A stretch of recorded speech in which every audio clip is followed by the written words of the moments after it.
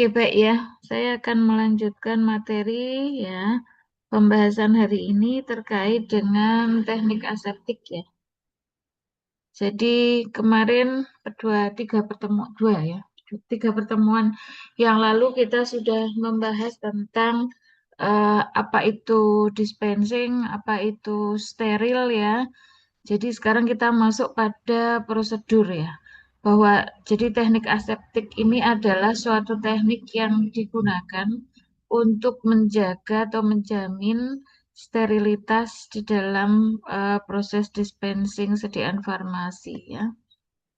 Apa yang mendasari saya kira ini sudah saya bahas di pertemuan pertama ya, bahwa kita masih mengacu ke US Pharmacope chapter atau bab 797 mengenai compounding sterile preparation ya. Tapi kalau peraturan di Indonesia sifatnya hanya peraturan yang mewajibkan atau menjadi arah bagaimana kemudian pekerjaan kefarmasian itu seharusnya dilakukan, tetapi tidak sampai pada dataran teknis ya. Jadi di PMK itu hanya bicara bahwa dispensing steril adalah bagian dari pekerjaan kefarmasian yang harus dilakukan di rumah sakit. Adapun di standar akreditasi rumah sakit yang tersebut ya di dalam PKPO 5 itu adalah bahwa pencampuran obat kemoterapi harus dilakukan di ruang yang bersih atau clean room dilengkapi dengan cytotoxic handling drug safety cabinet gitu ya. Kemudian pencampuran obat intravena, eh, epidural, nutrisi parenteral, dan repackaging obat suntik harus dilakukan juga di ruang bersih clean room yang dilengkapi dengan laminar airflow. Kemudian staf yang menyiapkan produk steril harus terlatih ya, harus terlatih untuk penyiapan obat steril. Jadi ini panduan-panduan yang ada begitu ya, tapi di Indonesia sifatnya hanya general yang mewajibkan adanya aktivitas dispensing steril khususnya untuk obat kemoterapi dan pencampuran obat intravena serta adanya staf yang seharusnya terlatih khusus ya untuk melakukannya ya, tetapi belum ada pedoman yang lebih teknis ya. Ya, jadi ini ada beberapa penilaian ya kalau di dalam akreditasi rumah sakit ada harus di rumah sakit harus menyiapkan pedoman penyiapan dan penyerahan obat, harus punya sertifikat untuk pelatih untuk apa? Tenaga yang melakukan aseptic dispensing, kemudian juga ada bukti-bukti implementasi. Lalu seperti apa ya bahwa prinsip teknik aseptik ini adalah intinya tadi yang saya sampaikan mencegah kontaminasi ya, mencegah hal-hal yang menyebabkan syarat-syarat sterilitas itu tidak terpenuhi ya. Di pertemuan kemarin sudah dibahas bahwa sterilitas itu apa ya? Steril itu apa? Steril itu adalah kondisi di mana sediaan bebas kontaminasi gitu ya. Bebas kontaminasi apa saja? Kemarin ada fisika, kimia, biologi ya termasuk endotoksin atau produk biologi. Kemudian juga dari bahan-bahan yang tidak steril. Kemudian tujuannya apa ya? Tujuannya memang menjaga sterilitas dan mencegah kontaminasi tadi. Acuannya apa namanya USP ya. Ya memang kalau bicara septic teknik ini tidak hanya bicara prosedur, tetapi apapun yang membangun atau memastikan atau menjaga kualitas sterilitas itu termasuk di dalam kategori aseptik ya, teknik. Di munculnya aseptik teknik ini ya secara histori, dia itu awalnya itu adalah karena munculnya infeksi yang disebabkan karena orang ya. Jadi kenapa aseptik teknik itu kemudian digaungkan atau dibutuhkan ya dimunculkan di dalam pedoman-pedoman rumah sakit itu karena apa? Karena ternyata infeksi yang disebabkan karena petugas itu ternyata cukup banyak gitu ya. Healthcare associated infection. Jadi infeksi yang disebabkan oleh petugas healthcare worker ya, itu sering disebut dengan HCAI ini. Dan ini eh, kalau bicara petugas itu kan seharusnya petugas itu seharusnya justru mencegah ya, mencegah kontaminasi. Tetapi ternyata ya berdasarkan laporan dari CDC ya Center for Disease Control and Prevention menyebutkan bahwa setiap 31 pasien, maka akan ada satu orang yang mengalami HCAI, akan mengalami infeksi akibat petugasnya, gitu ya. Bukan akibat dirinya sendiri yang kena penyakit, tetapi karena apa yang ada di rumah sakit, atau sering juga disebut apa? Penyakit infeksi nosokomial, ya infeksi yang terjadi di rumah sakit. Ya awalnya masuk rumah sakit nggak punya infeksi, ternyata setelah masuk rumah sakit malah jadi infeksi. Itu namanya infeksi nosokomial. Ya apa yang menyebabkan terjadinya HCAI, yang menyebabkan infeksi healthcare associated ya, infeksi yang terjadi karena di rumah sakit, yang terjadi di rumah sakit. Yang pertama adalah infeksi yang menyertai penggunaan kateter, ya. Penggunaan kateter ya, yang kemudian malah justru memicu UTI atau infeksi saluran kemih ya.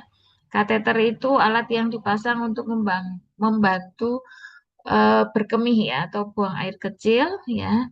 Nah, itu kan dimasukkan ya ke saluran kemih kita sehingga kalau kateter ini kan nggak bersih atau nggak steril ya akhirnya jadi menimbulkan infeksi ya tentunya tidak bisa steril juga ya karena dipakai berkali-kali. Kemudian central line ya central line associated bloodstream infection yaitu infeksi akibat penggunaan CVC ya central venous catheter ya jadi infus yang diberikan secara sentral ya yang ada di pembuluh darah besar ya. Kemudian Clostridium difficile. Clostridium difficile ini paling apa ya? Paling common atau umum menyebabkan infeksi nosokomial. Clostridium difficile ini bakteri yang paling banyak ada di toilet ya. Lalu apa hubungannya ya? Namanya toilet itu kan ya eh, petugas juga sering keluar masuk ya. Kalau kerja 8 jam kan kalian di kampus 8 jam gitu kan nggak mungkin ya nggak ke toilet ya. Saya 8 jam di kampus itu ke toilet paling nggak 2-3 kali. Bahkan kadang bisa lebih ya. Ya paling nggak itu 2 kali itu udah minimal banget ya. Nah, padahal keluar dari toilet itu sebenarnya semua orang itu kan kemungkinan membawa bakteri. Dan bakteri yang paling sering disebut, paling sering menyebabkan adalah Clostridium difficile ini ya. Jadi ini bakteri yang paling sering menyebabkan infeksi nosokomial di rumah sakit. Kemudian surgical site infection, jadi infeksi yang eh, muncul di lokasi pembedahan ya, lokasi operasi. Makanya post-op itu biasanya mudah atau mana rentan ya, rentan mengalami infeksi di tempat tempat di mana dioperasi. Misalnya operasi di perut gitu ya. Ya, nanti di lokasi di mana dilakukan operasi itu, pasca operasi itu yang perlu dijaga adalah jangan sampai terjadinya infeksi. Kemudian yang terakhir adalah ventilator ya. Ventilator ini alat bantu napas yang kadangkala juga menjadi alat transmisi atau alat penyebaran infeksi nosokomial yang berupa pneumonia ya. Ya, jadi karena adanya HCAI ini sehingga memang sebenarnya resiko infeksi di rumah sakit itu memang besar gitu ya. Apalagi ya ketika kemudian tidak ada ikhtiar ya, tidak ada upaya untuk menjaga atau mencegah kontaminasi ya. Oleh karena itu USP 797 ini ya memiliki apa namanya arah ya memiliki poin-poin ya menyebutkan poin-poin bagaimana caranya supaya kita bisa menjaga sterilitas sediaan ya dengan cara ada 4 aspek yang harus dipastikan, yaitu mencegah kontaminasi, sehingga kita harus bahas kontaminasi terlebih dahulu, kemudian memastikan kualiti manusianya ya, dan manusianya itu paham ya, kemudian memastikan ruangannya ya, dan memastikan fasilitas serta pelatannya serta prosedurnya ya.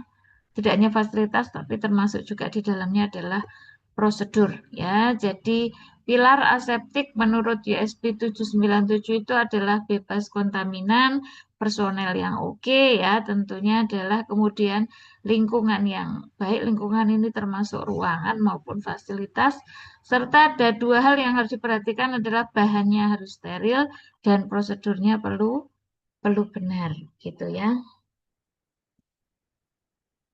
Oke, sehingga kita akan membahas yang pertama yang harus kita pahami dulu adalah terkait dengan kontaminan.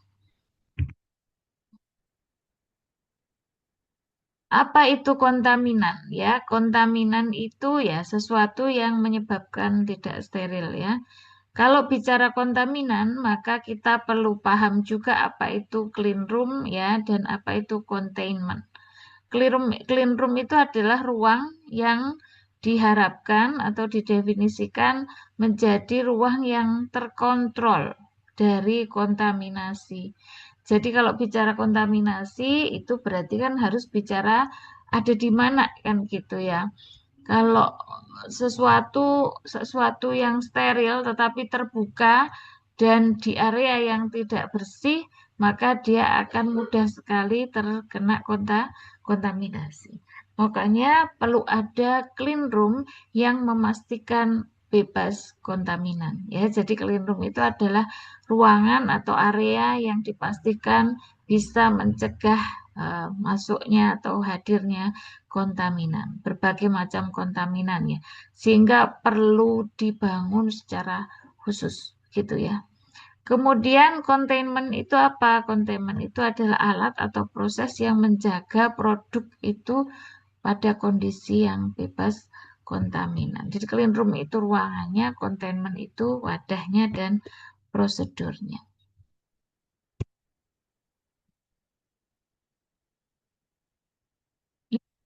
Sementara itu kalau kontaminasi itu apa? Kontaminasi itu adalah masuknya atau ketidak apa ya? Adanya hal yang sebenarnya tidak seharusnya ada gitu ya.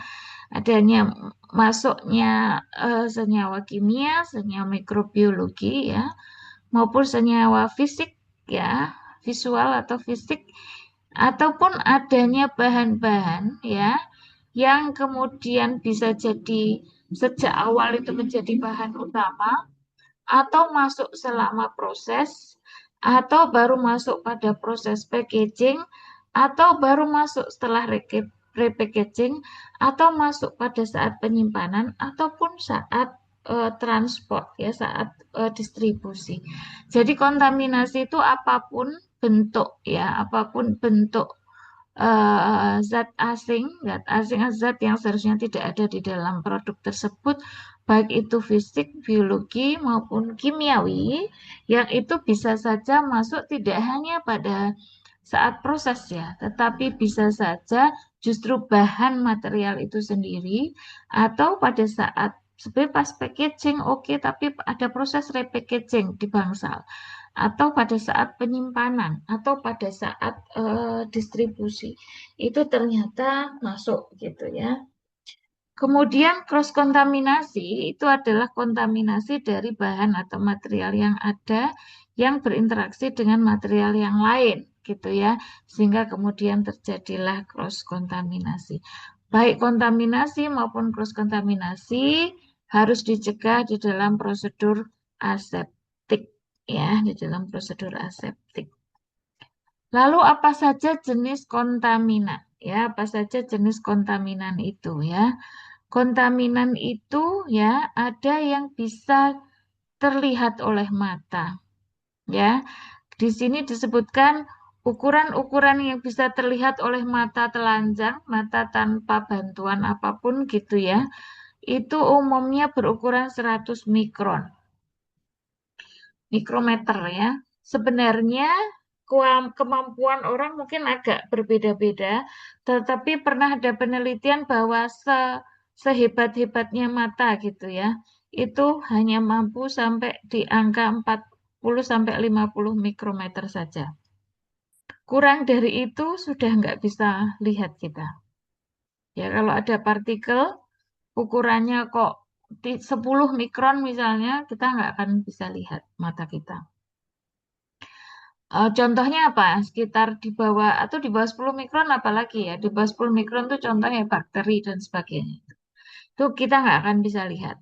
Tetapi kalau partikel-partikel di atas 50 mikron mungkin yang terlatih itu bisa. Yang terlatih melakukan quality assurance untuk teknik aseptik ini biasanya terlatih melihat barang-barang kecil ya. Sehingga masih bisa melihat dengan ukuran 40-50 mikron. Ini misalnya spora ya pada tanaman, kemudian misalnya serpihan ya, serpihan packaging atau serpihan tisu ya, tisu itu juga juga bisa menjadi kontaminan ya, kontaminan partikel. Termasuk juga produk-produk obat hasil inkompatibilitas.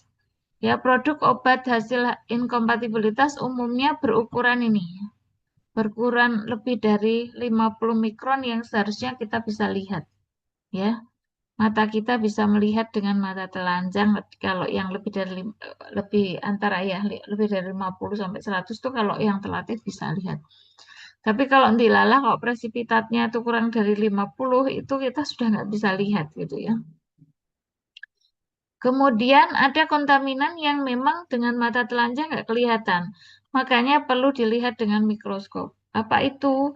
Contohnya adalah produk mikrobiologi, ya, bakteri, ya. Kemudian beberapa misalnya debu ya, itu juga seringkali tidak bisa dilihat ya, debu ya. Sehingga apa yang bisa kita lakukan kan ini kan nggak bisa diamati sehingga kita tidak bisa melakukan nanti oh nggak udah silahkan dibuat dulu obat sediaannya nanti setelah sediaan dilihat nanti kalau terlihat ada bakteri nggak jadi dipakai nggak bisa karena kita habis itu pun nggak bisa lihat nanti dilihat habis jadi nanti produknya ada debunya nggak bisa lihat kita. Ya, sehingga yang bisa kita lakukan adalah mencegah ada bakteri, mencegah ada debu, mencegah ada abu atau smoke, ya, tidak boleh ada smoke di dalam ruang steril, begitu ya.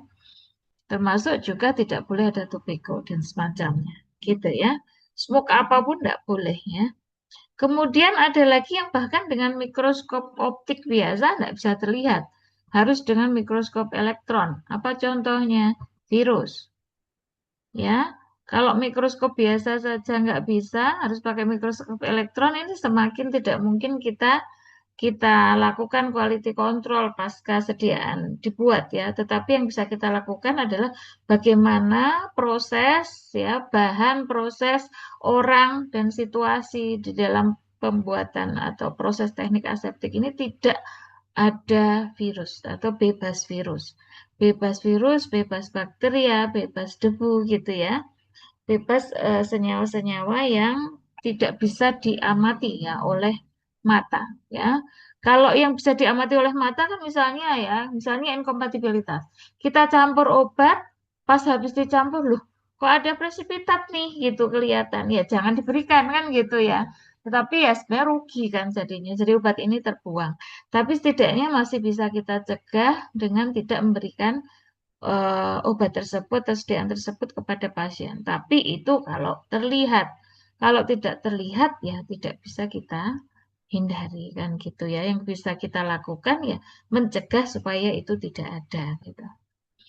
Apa saja jenis kontaminan itu kalau tadi dari sudut pandang ukuran ya, ukuran kontaminannya. Sekarang dilihat dari materialnya apa gitu ya. Yang pertama adalah living atau mikroorganisme, living cells ya, atau viable cells gitu ya. Sel yang hidup gitu, sel yang hidup ya. Kemudian inert ya, inert material inert atau non viable atau non living ya. Kemudian kimiawi dan yang keempat adalah pirogen. Ini kontaminan dari sudut pandang apa namanya jenis jenis materialnya. Untuk yang viable ya, untuk yang viable ya mikroorganisme kita tahu ada banyak macamnya, ada bakteria ya, ada jamur gitu ya, ada virus. Semua bentuk mikroorganisme ya ini nggak boleh ada. Sementara mikroorganisme itu menyukai sesuatu yang warm gitu ya, hangat, kemudian banyak makanan di situ, kemudian lembab ya. Sementara mikroorganisme tidak menyukai area yang dingin, ya bersih dan kering. Oleh karena itu seharusnya nantinya ruang aseptik itu seharusnya diarahkan menuju ke situasi seperti ini supaya bebas bakteria ya atau bebas mikroorganisme ya. Dan yang disukai contohnya adalah watery, daerah-daerah yang banyak air ya. Kemudian kulit, kulit ini kan banyak keringat ya, jadi kan lembab ya, disukai oleh mikroorganisme ya. Lambung kita juga ada ya di saluran cerna maksudnya ya. Saluran cerna itu juga banyak.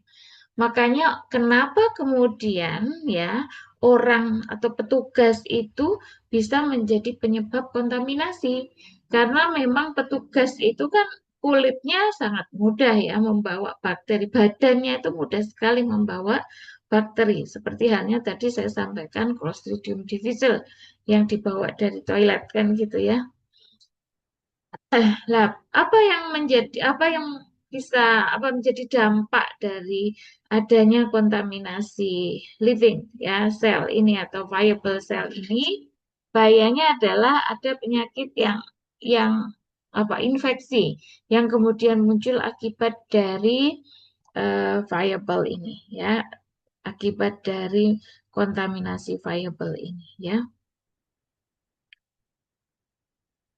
Dan bicara infeksi ya memang bisa saja infeksi itu lokal, bisa saja infeksi itu sampai ke sistemik. Akan jadi masalah karena pasien-pasien di rumah sakit itu umumnya pada kondisi yang lemah, pada kondisi yang sakit, sehingga mudah terpapar infeksi dan kalau infeksi juga mungkin bisa berat.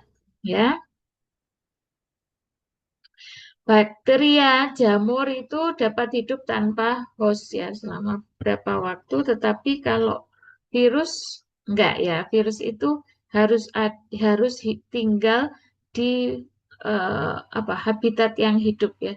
Tapi kalau bakteri fungi kadang bisa bertahan beberapa jam gitu ya di material non viable atau material non living. Contohnya COVID itu termasuk virus yang unik ya. Kalau bakteri itu misalnya nempel di tisu gitu ya. Nempel misalnya kita bersin kan di baju kita gitu kan bisa nempel ya. Kalau virus itu cenderung akan mudah mati sebenarnya, lebih mudah mati di material yang tidak hidup gitu ya. Tapi yang unik itu ya kemarin dengan munculnya COVID ya, virus COVID-19 yang ternyata dia bisa bertahan lama ya di barang-barang ya, di benda-benda yang tidak hidup ya. Di handle pintu bisa berapa hari itu ya, 2 hari gitu ya. Itu kan sebenarnya temuan baru ya. Artinya dulu ketika bicara tentang umumnya virus itu, dia begitu keluar dari atau begitu tidak ada tempat hidup, tempat sel hidup, dia tidak akan hidup gitu ya. Tetapi kalau bakteri, fungi itu parasit itu masih bisa hidup di material yang tidak hidup ya. Nah, itu yang berbeda ya. Cuman memang munculnya COVID ini ternyata menjadi berubah ya, menjadi berubah ternyata virus itu juga bisa hidup cukup lama ya di benda-benda yang tidak hidup ya. Dan memang virus ini juga ternyata mutasinya sangat cepat sehingga kadang-kadang tidak bisa diprediksi. Kemudian yang kedua adalah kontaminasi yang non-viable ya. Contohnya adalah tadi sudah muncul juga dari sisi ukuran ya. Ada apa namanya debu ya. Ada serat-serat dari entah dari material kain yang dipakai untuk membersihkan ruang steril, atau mungkin dari tisu, atau mungkin dari baju yang dipakai oleh petugas gitu ya. Kemudian juga apa serpihan-serpihan apa namanya cat ya, pinflix ya, serpihan cat, kemudian juga mungkin dari besi, dari apa namanya rubber itu karet ya, karet yang dipakai untuk penutup vial itu ya, ataupun juga serpihan-serpihan gelas. Jadi banyak hal yang kemungkinan bisa menjadi sumber kontaminasi ya. Ini kita lihat bahwa sumber kontaminasi dari non-viable, kita lihat ukurannya kalau rambut masih agak gede ya, masih gede ya bisa kita lihat. Tapi kalau udah skin flex tuh apa namanya? Daki ya, daki. Daki itu ukurannya kecil banget ya, nggak bisa kelihatan ya. Kalau pollen sih mungkin jarang ya ada ya masuk ke dalam. Pollen itu kan apa serbuk sari ya. Kalau smoke ya mungkin misalnya habis merokok terus masuk ke ruang steril gitu ya. Kemudian debu rumah tangga, ya bakteria ini kalau bakteria maaf ini bakteria kan viable ya. Yang ini aja yang atas ya. Ini ukurannya bisa dilihat banyak dari ukurannya yang ada di sini itu berada pada ukuran yang tidak bisa dilihat secara mata telanjang gitu ya.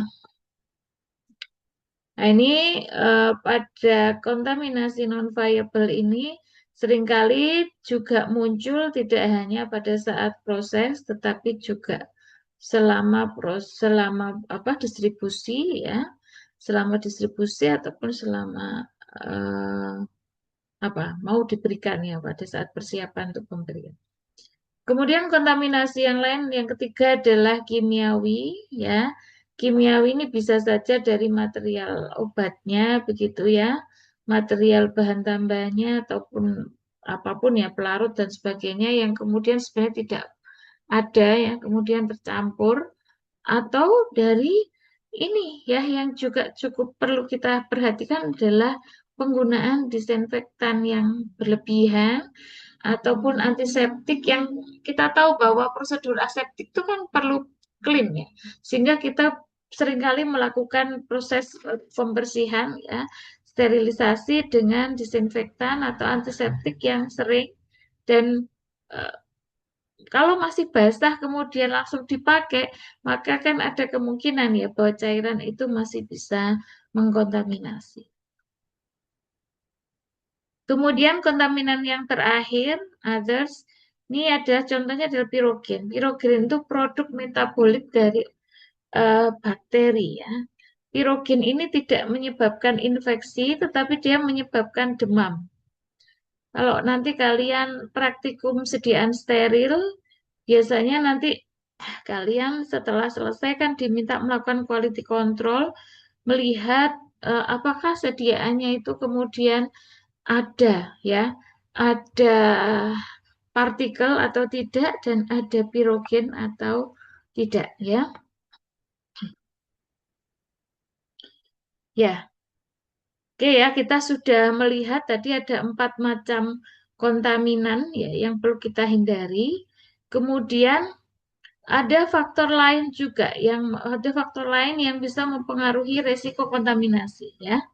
Yang pertama adalah ukuran batch. Jadi hasil ya pengamatan ya hasil pengalaman maupun hasil penelitian menunjukkan bahwa semakin banyak batch yang disiapkan resiko kontaminasi semakin besar ya sehingga biasanya memang ya jam kerja itu sudah cukup jangan diperpanjang misalnya jam produksi steril itu misalnya 8 jam gitu ya bisa menghasilkan misalnya 100 sediaan gitu ya.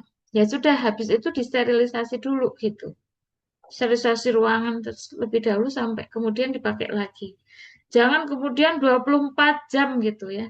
24 jam dipakai tanpa sterilisasi gitu ya. Maksud saya semakin banyak batch-nya, artinya misalnya kita bandingin batch yang disiapkan di pagi hari dengan batch yang disiapkan ya di sore hari tentunya risiko kontaminasi menjadi lebih besar yang sore hari karena sudah banyak kontaminan masuk di ruang tersebut gitu ya. Kemudian kompleksitas prosesnya. Kompleksitasnya semakin panjang prosesnya, semakin panjang prosedur yang dipakai, maka juga akan semakin besar risiko kontaminasi. Kemudian jenis obatnya. Jadi ada jenis-jenis material yang disukai ya untuk tumbuhnya bakteri. Contohnya adalah nutrisi parenteral. Nutrisi parenteral namanya juga nutrisi ya. Isinya gula ya, cairan, lemak gitu ya. Yang itu sangat mudah, sangat apa? Sangat disukai oleh bakteria ya dan mudah digunakan sebagai media tumbuh bagi bakteri. Kemudian dari sisi kompleksitas ruangan, situasi yang ada di dalam prosedur aseptik, semakin banyak orang yang ada di ruangan tersebut, semakin banyak obat yang keluar masuk, maka risiko kontaminasi juga akan semakin besar ya. Makanya kalau di Sarjito itu satu ruang steril ya satu orang. Nggak boleh ada orang yang masuk ya. Itu pun orang yang masuk pun harus orang yang kalem gitu ya. Orang yang tidak tidak heboh gitu ya. Kalau kalau heboh nanti di ruang steril nanti semakin banyak eh, kontaminasi. Nanti saya jelaskan ya.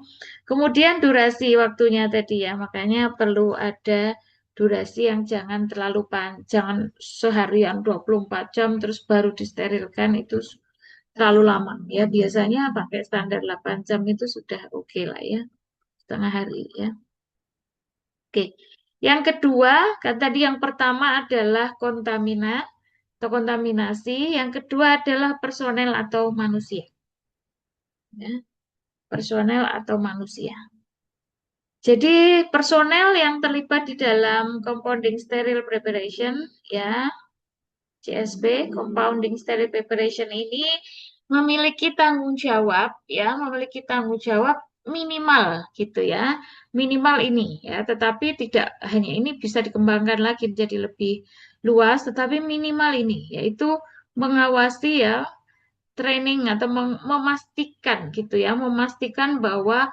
personel yang nanti melakukan teknik aseptik itu dia sudah mengikuti program. Ya, jadi memastikan bahwa personel yang akan menjalani prosedur aseptik ini sudah mengikuti program training yang tersertifikasi, ya, tidak hanya tersertifikasi tetapi teruji, ya. Kemudian juga ini ya, selective compounding. Jadi petugas apoteker yang ada yang bertanggung jawab pada unit steril ini harus bisa memastikan jenis komponen atau material yang masuk itu tuh bahan steril atau non steril atau semi steril atau seperti apa gitu ya. Jadi harus memastikan bahwa bahan-bahannya itu adalah steril atau tidak steril. Jadi bisa memilih ya, menyeleksi bahan-bahannya, termasuk juga menyeleksi tidak hanya bahan ya, tetapi juga seperti misalnya adalah guarding atau APD, alat pelindung diri yang seharusnya digunakan. Jadi memastikan itu. Kemudian memonitor dan mengobservasi prosesnya ya aktivitas compoundingnya seperti apa ya memastikan bahwa proses compoundingnya itu sesuai dengan prosedur aseptik. Kemudian yang selanjutnya yang keempat adalah menjamin SOP ini menyusun SOP dan memastikan SOP-nya bisa berjalan. Yang terakhir adalah mengembangkan, memonitor, dan mendokumentasikan prosedur. Ya, jadi di unit steril ya nanti penanggung jawabnya seharusnya apoteker dan punya kewajiban ini ya memastikan personel yang tersertifikasi, memastikan bahan-bahan yang masuk, ya APD yang masuk, memastikan aktivitinya sesuai, prosesnya sesuai, SOP-nya ada dan dijalankan, kemudian memonitor dan mendokumentasikan semua prosedur yang ada. Oke ya, sehingga memang harus ada orang yang memang ditunjuk secara khusus ya. Harus ada orang yang ditunjuk secara khusus untuk memastikan dispensing steril ini ya. Untuk training ya, untuk training ini dinyatakan mestinya tadi di awal ya yang menjalankan harusnya sudah tersertifikasi dan harapannya melakukan refreshing setiap 1 tahun sekali ya. Refreshing bukan refreshing piknik ya, tapi refreshing trainingnya ya, melakukan update ya, di retraining lagi untuk mengingatkan kembali tujuannya begitu ya, mengingatkan kembali pentingnya prosedur aseptik atau mengimplementasikan prosedur aseptik ya. Ya, bahkan ada yang disarankan seharusnya setiap 3 bulan, setiap untuk apa prosedur-prosedur yang memang rentan ya, rentan tidak steril ya, ataupun 6 bulan ya, tetapi ya minimal setiap 1 tahun ya. Kemudian dari sisi garbing itu adalah APD-nya ya. APD-nya juga seharusnya dipastikan sesuai ya, sesuai. Nanti saya jelaskan lebih lengkap ya. Kemudian kompetensinya ya. Kompetensinya itu juga harus dipastikan dan itu seharusnya yang namanya kompetensi SDM itu tidak hanya diuji secara kognitif tetapi juga diuji secara praktik ya dan dipastikan ya, jadi dicoba pasca melakukan prosedur aseptik berapa kontaminan yang masih ada, berapa kontaminan yang tertinggal yang ada di persediaan setelah dilakukan oleh si A. Jadi seharusnya ketika misalnya gini, ada 3 orang ya, SDM atau personel yang kemudian akan menjalani teknik aseptik, ini tiap tahun itu juga dicek ya, minimal 1 tahun ya, idealnya 3 bulan ini tadi ya, 3 bulan ataupun 6 bulan itu dicek eh, hasil produk hasil apa namanya compounding steril itu tuh terkontaminasi atau tidak. Jadi tidak hanya orangnya diuji secara kemampuan atau kualifikasi, tapi hasil produksinya itu steril apa enggak gitu ya. Jadi nanti bisa dibandingkan produk hasil compounding si A, si B, dan si C ya. Itu mana yang paling baik kan gitu ya. Ya sebenarnya bukan dicari yang paling baik, tapi mana yang kemudian masih memberikan hasil sediaan yang bisa terjaga sterilitasnya gitu ya. Karena misalnya ada orang, oh ini berarti kerjanya ceroboh ini. Kalau orang yang kerjanya ceroboh, bisa jadi dia pinter banget secara pengetahuan, tetapi kerjanya ceroboh sehingga ternyata produk hasil eh, penyiapannya itu ternyata tidak steril, gitu ya. Ya, memang makanya ini nanti aja ya kalau bicara dengan BUD, tetapi selain dari, saya tekankannya adalah bahwa selain bicara memastikan semua proses tadi itu ya, memastikan yang bekerja sesuai kualifikasi, ya memastikan bahannya sesuai, SOP-nya ada dan sesuai, prosedurnya sesuai, ruangannya sesuai, apoteker juga punya eh, apa namanya tanggung jawab kaitannya dengan penegaan atau penetapan BUD ya, Beyond Use Date ya. Nanti saya jelaskan di akhir seperti apa BUD untuk obat-obat injeksi ya. Ya, jadi kalau bicara tadi ya, bicara personel ya, ini adalah sumber kontaminasi terbesar ya. Manusia itu adalah sumber kontaminasi terbesar. Makanya sekarang sudah ada metode pencampuran intravena khususnya nutrisi itu yang dilakukan oleh mesin ya. Dilakukan oleh mesin, tidak dilakukan oleh manusia karena ternyata lebih steril ya.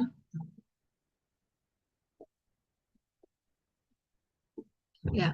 Oleh karena itu bahwa petugas ya yang melakukan prosedur steril, prosedur aseptik ini seharusnya sehat ya. Kemudian juga tadi nggak ceroboh gitu ya. Sehat, nggak ceroboh, kemudian harus terlatih gitu ya. Terlatih dan si orang tersebut juga seharusnya tidak ada pantangan atau tidak ada risiko penyakit, tidak memiliki penyakit yang menular, mau melepaskan semua aksesoris, dan bisa berperilaku meminimalkan kontaminasi. Seperti apa ya perilakunya? Nanti kita lihat ya. Jadi memang persiapan orang yang akan bekerja di prosedur aseptik ini satu, ya dia harus tadi ya secara kualifikasi memenuhi itu ya, secara skill memenuhi, dia mau hand hygiene dan mau membersihkan diri, kemudian mau membebaskan atau melepaskan semua aksesoris ya, semua aksesoris termasuk handphone, headphone, earbuds ya itu semua dilepas. Jam tangan nggak boleh pakai semua. Jadi ya hanya baju aja yang melekat dan bajunya pun seharusnya nanti ditutup lagi dengan APD. Jadi nggak boleh pakai perhiasan. Ya, prinsipnya itu. Kemudian ini contoh penyakit-penyakit yang kemudian bisa memicu terjadinya kontaminasi dari proses dispensing. Jadi ketika petugas sedang mengalami seperti ini, maka seharusnya tidak boleh melakukan prosedur aseptik. Ya, contohnya adalah dia memiliki luka terbuka, ya, atau misalnya habis kecelakaan atau habis terbakar ya, ada area tubuhnya yang terbakar. Kemudian sedang pilek itu ya. Kemudian ada ketombe, ada dermatitis, ada mungkin ada bagian kulit yang terobek gitu ya.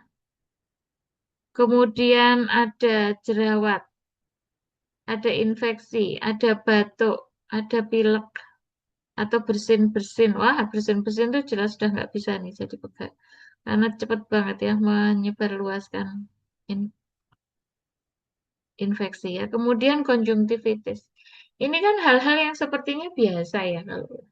Nah, makanya karena memang kadang orang itu ya memang dalam 1 tahun nggak mungkin nggak sakit gitu ya. Mungkin tetap ada sakit walaupun hanya mungkin jerawatan gitu ya. Atau mungkin pilek sedikit atau batuk sedikit gitu ya. Makanya harus ada apa? Cadangan orang ya. Harus ada cadangan orang sehingga kalau nanti pas sedikit sakit itu sudah bisa digantikan orang lain. Harus benar-benar orang yang sedang sehat, bukan karena orangnya itu kemudian bisa ya itu aspek itu juga bisa, tetapi yang paling bahaya adalah ketika kemudian orang tersebut bisa menularkan penyakitnya. Oleh karena itu ya, untuk mengurangi ya resiko kontaminasi atau penyebarluasan infeksi, maka dress code-nya itu ada ketentuannya gitu ya. Tidak hanya melepaskan aksesoris ya, kemudian cuci tangan, bukan hanya itu, tetapi juga APD-nya itu khusus gitu ya. APD-nya khusus. APD-nya harusnya ukurannya pas, jangan kegedean. Karena kalau kombor-kombor itu juga memungkinkan kontaminasi atau bakteri semakin banyak ya yang bisa masuk atau keluar dari tubuh kita ya. Kemudian jangan mencampurkan apa APD yang disposable dan non-disposable. Disposable itu maksudnya sekali pakai. Non-disposable berarti yang lebih dari 1 kali pakai. Artinya dicuci. Kalau di Indonesia umumnya ya APD itu adalah non-disposable. Maksudnya bajunya ini dicuci lagi gitu ya, dicuci atau disterilkan. Sementara yang disposable itu yang sekali pakai adalah nih ya, masker dan gloves. Kalau lainnya biasanya masih dicuci. Ini juga ada yang sekali pakai. Apa namanya? Penutup kaki ya. Kemudian garmennya ya jangan yang mudah mudah apa merepel gitu ya, mudah rusak gitu. Harusnya materialnya adalah material yang cenderung bukan katun ya. Karena material katun itu cenderung menghasilkan serpihan-serpihan selulosa tadi ya. serpian-serpian serbuk apa fiber ya, fiber yang mudah lepas ya. Harusnya materialnya justru sintetik ya. Materialnya yang aman justru semacam sintetik yang seratnya kuat gitu ya. Apa ini loh serat-serat kainnya nih nggak gampang lepas begitu dan kuat gitu ya. Kemudian ini tadi sudah saya sampaikan, no jewelry, no make up, ya, tidak boleh make upan, tidak boleh pakai apa pewarna kuku, tidak boleh pakai jam. Makanya orang yang bekerja di aseptik ini harusnya gajinya paling besar ya, karena rekoso ya. Kemudian ini ya garbing yang APD yang utama ya masker. Masker itu harus menutup apa yang ditutup? Nose and mouth ya. Jadi menutup hidung dan menutup mulutnya. Kemudian material untuk sitostatik berbeda ya. Sitostatik harus double dan N95 yang tebal itu ya. Tapi kalau obat yang disiapkan itu bukan obat berbahaya, pakai masker medis biasa ya. Kemudian karena kalau bedanya itu kalau obat sitostatik itu tujuannya untuk melindungi petugas ya. Tapi kalau obat yang non sitostatik tujuannya melindungi obatnya gitu ya. Melindungi obatnya dari kontaminasi petugas. Tapi kalau sitostatik dua-duanya melindungi petugas dari kontaminasi sitostatik sekaligus melindungi obat dari petugas. Kemudian hairbonet ya. Hairbonet itu menutupi rambut ya. Jadi rambut ini seharusnya semuanya tertutup. Kenapa? Karena rambut itu tadi ya banyak yang membawa bakteri ataupun kontaminasi. Misalnya adalah apa tadi? Ketombe ya. Ketombe itu kan banyak ya yang mudah sekali jatuh ya. Kemudian shoe covernya. Prosedurnya untuk penggunaan APD ini intinya harus dilakukan dengan urutan yang benar di dalam ruang antara.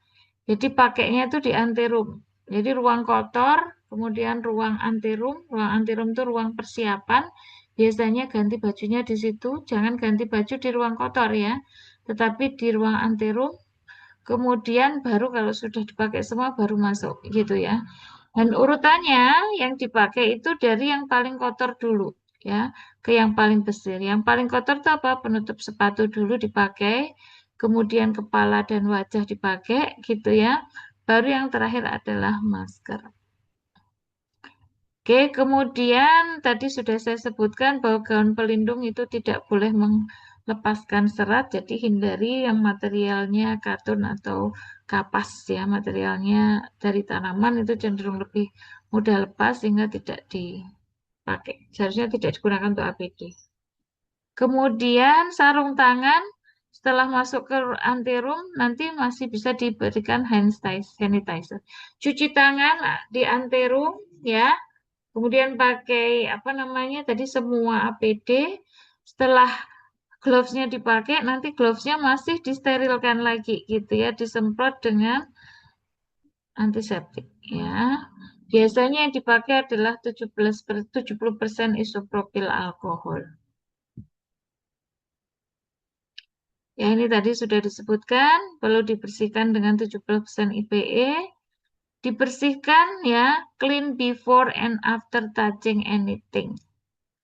Kemudian memastikan bahwa untuk digunakan harus kering dulu, yaitu sekitar 10 second. Kenapa? Kalau belum kering nanti bahayanya tadi kontaminasi kimiawi yang berasal justru dari antiseptik ya.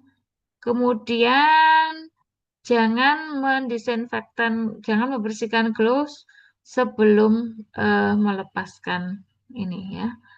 Kemudian ya, jadi pembersihannya atau pelepasannya itu ya harusnya di ruang yang nanti selesai di luar ruang clean room ya. Penggunaannya juga sebelum clean room, dilepaskannya juga setelah clean room. Kemudian eye protection atau goggle ya. Google seharusnya dipakai juga keseluruhan waktu di clean room ya, memastikan juga tidak ada penyebar luasan infeksi dari mata, apalagi kalau matanya gampang belen gitu ya, gampang apa keluar cairan ataupun apa eksudat yang keluar dari mata ya.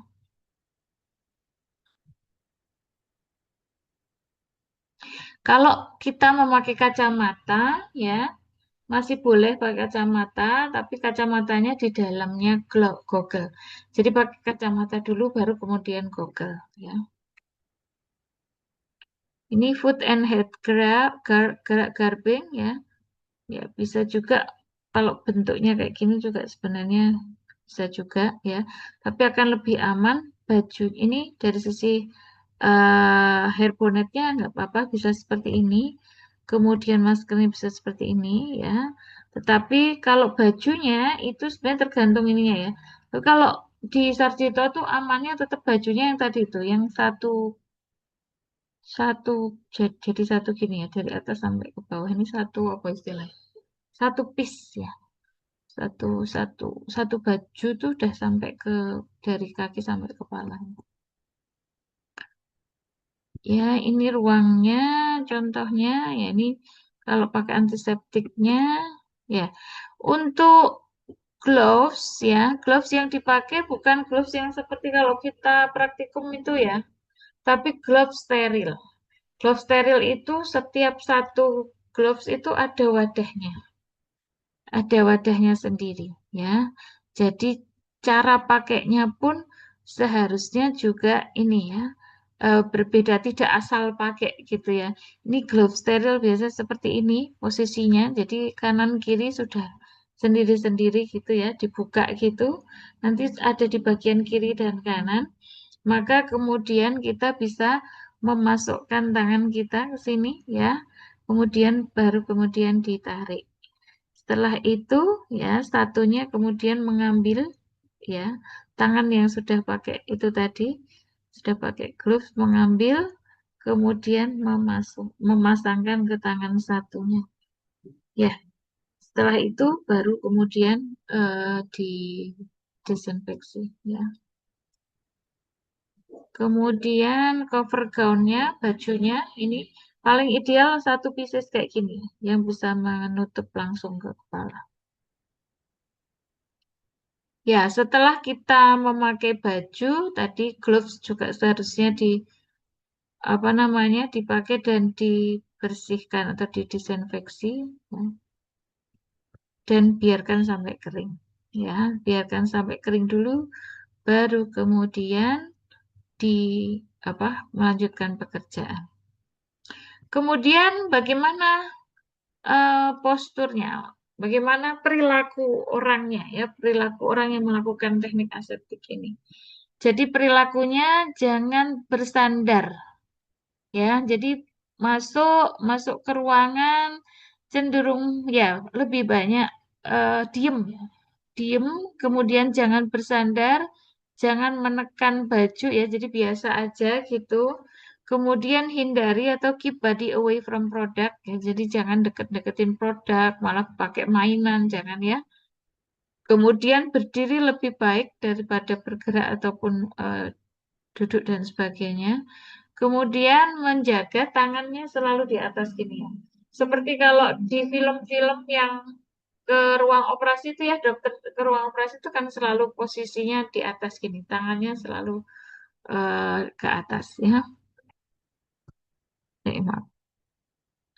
Kemudian movement seharusnya dihindari. Jadi jangan kebanyakan gerak ya. Kalau gerak harus perlahan, slow and smooth ya. Karena ternyata movement yang cepat ya, movement yang heboh gitu ya, itu ternyata meningkatkan jumlah partikel udara di dalam ruangan tersebut ya, menambah jumlah partikel yang ada di situ. Ini sebagai contoh ya. Kalau kita duduk saja atau berdiri saja, nggak kebanyakan gerak, maka jumlah partikel per menit yang dihasilkan adalah 100.000. Kalau kita gerak pelan gitu ya, 500.000. Kalau kita banyak bergerak tangan dan tubuhnya, 1 juta. Jalan, jalan pelan 5 juta, jalan agak cepat 7.500.000 partikel, jalan sangat cepat 10 juta. Ini boisterous activity misalnya kalian dancing di ruang steril. Ini jumlah partikelnya bisa sangat banyak ya. Nah, ini di ruang steril orang tidak boleh ngobrol ya. Orang tidak boleh berbicara ya, tidak boleh berteriak, tidak boleh berusaha ngobrol dengan ruang sebelahnya gitu ya. Meskipun ada ini airlock ya yang bisa dipakai untuk mengeluarkan atau memasukkan barang gitu ataupun obat, tetapi jangan ngobrol di situ ya. Kalau ternyata harus sneezing, harus bersin, ya jangan menghadap ke produk ya. Ini contoh, kalau orang tuh ngomong ini mulutnya terbuka, partikelnya segini banyaknya. Kalau orang diem, ya sedikit saja partikel yang dihasilkan. Kalau dia udah diem pakai masker, maka nggak ada partikel yang dikeluarkan. Kemudian jangan pernah menyentuh lantai, ya. Jadi mestinya ya hindari kalau udah jatuh ya udah biarin aja. Kemudian gunakan semua bahan-bahan steril. Sebisa mungkin semua yang masuk adalah steril. Jadi tidak perlu resterilisasi ataupun di apa namanya desinfeksi untuk bahan kan nggak bisa ya. Kemudian ya semua produk ya seharusnya di yang masuk tuh ya semua dalam kondisi steril, bersih dan tempatnya juga harus clean ya. Labelingnya juga khusus. Biasanya labelingnya dilakukan di luar, tidak di dalam ya, karena labeling itu kan juga bisa memicu kontaminasi atau infeksi ya. Kalau kertasnya kotor dan sebagainya. Baik, itu prinsipnya untuk orang dari sisi garbingnya. Kemudian yang terakhir dari sisi cuci tangan, ya. Jadi cuci tangan tuh harus mengikuti prosedur aseptik ya. Cuci tangan kalian biasanya mungkin icik-icik gitu ya, sekian detik selesai gitu ya. Tetapi cuci tangan untuk orang yang akan melakukan prosedur aseptik ini sampai diatur ya di dalam USB ya, di USB 797 ini. Langkah-langkahnya yang pertama tadi lepaskan semua apa namanya? Semua jewelry, aksesoris dan sebagainya. Kemudian pakai APD yang lengkap, ya. Kemudian prosedur eh, cuci tangan, ya.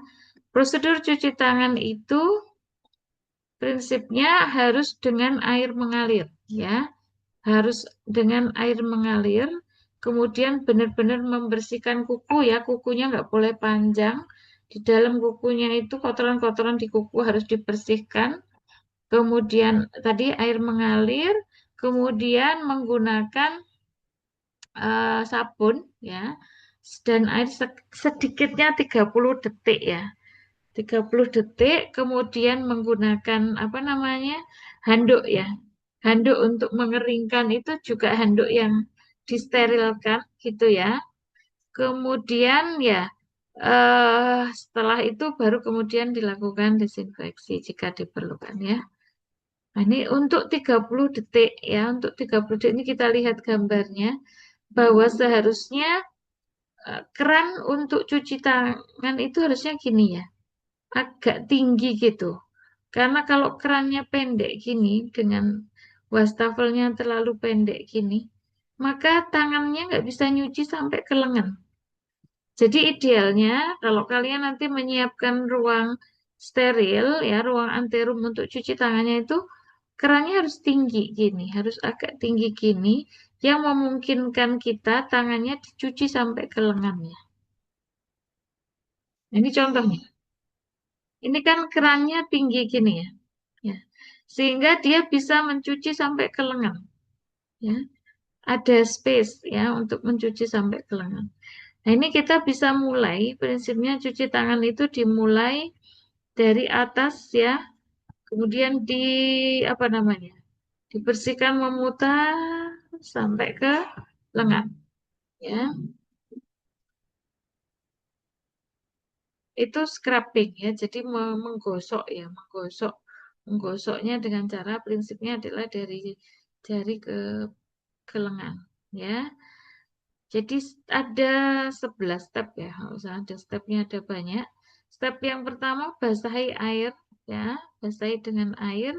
Kemudian kalau bisa tidak hanya air tetapi juga ada sabun antibakteri ya, ada sabun antibakteri ataupun sabun apa ya, antimikrobial solution ya. Kemudian yang kedua gosok-gosok ya, gosok-gosok di bagian punggung tangan ya, gosok-gosok ya, dibolak-balik ya, mana yang di atas dan di bawah dibolak-balik dan lebarkan jarak antar jari.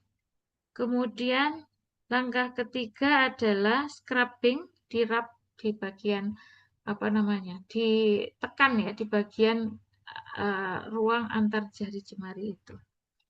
Kemudian langkah keempat membuat kayak semacam apa ini ya? Ya ini sesuai gambar aja lebih jelas ya. Saya menjelaskan dengan kata-kata kok susah ya.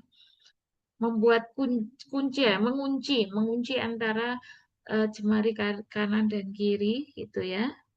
Kemudian jempolnya ya, membersihkan bagian jempol secara memutar gitu ya.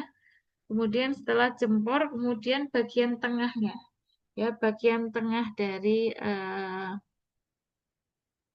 apa itu? Tangan ya. Kemudian setelah itu ya baru kemudian seluruh tangan kita sampai ke lengan ya, sampai ke lengan ya. Kemudian ulangi langkah 1 sampai 7 tadi ya. Ulangi langkah 1 sampai 7.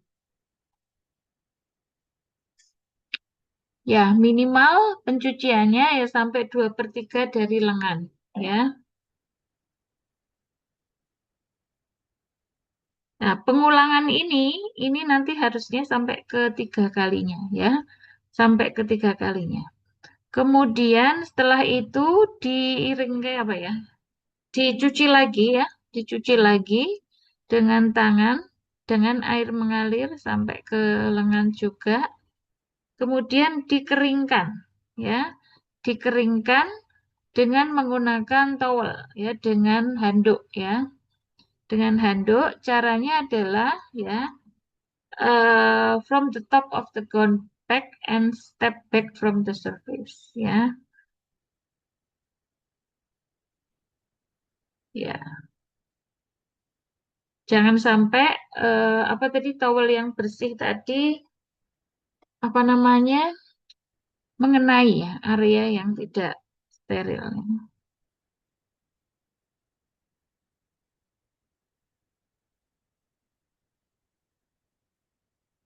Ya, ini langkahnya adalah memegang ini ya gambarnya memegang tangannya kemudian digosok dengan towel ya. Kemudian diulangi lagi ya dengan jadi minimal 2 towel. Membersihkannya itu dengan minimal 2 towel. Ya, ini ya, jadi ada 11 step. Intinya step 1 sampai 7 adalah step hand wash ya, seperti biasanya ya, tetapi dengan sampai ke lengan bedanya ya. Kemudian ada pengulangan ya, kemudian cuci dan pengeringan ya dengan towel satu, kemudian langkah ke-11 adalah dengan towel kedua gitu ya. Jadi dari jari sampai ke lengan ya. Jika setelah cuci tangan dengan proper, kok tiba-tiba kalian kemudian memegang lainnya yang tidak steril, maka kalian harus re-scrub lagi ya. Kalian harus re-scrub lagi. Oke, sampai di sini dulu sepertinya karena nanggung waktunya. Ada yang mau disampaikan? Maaf,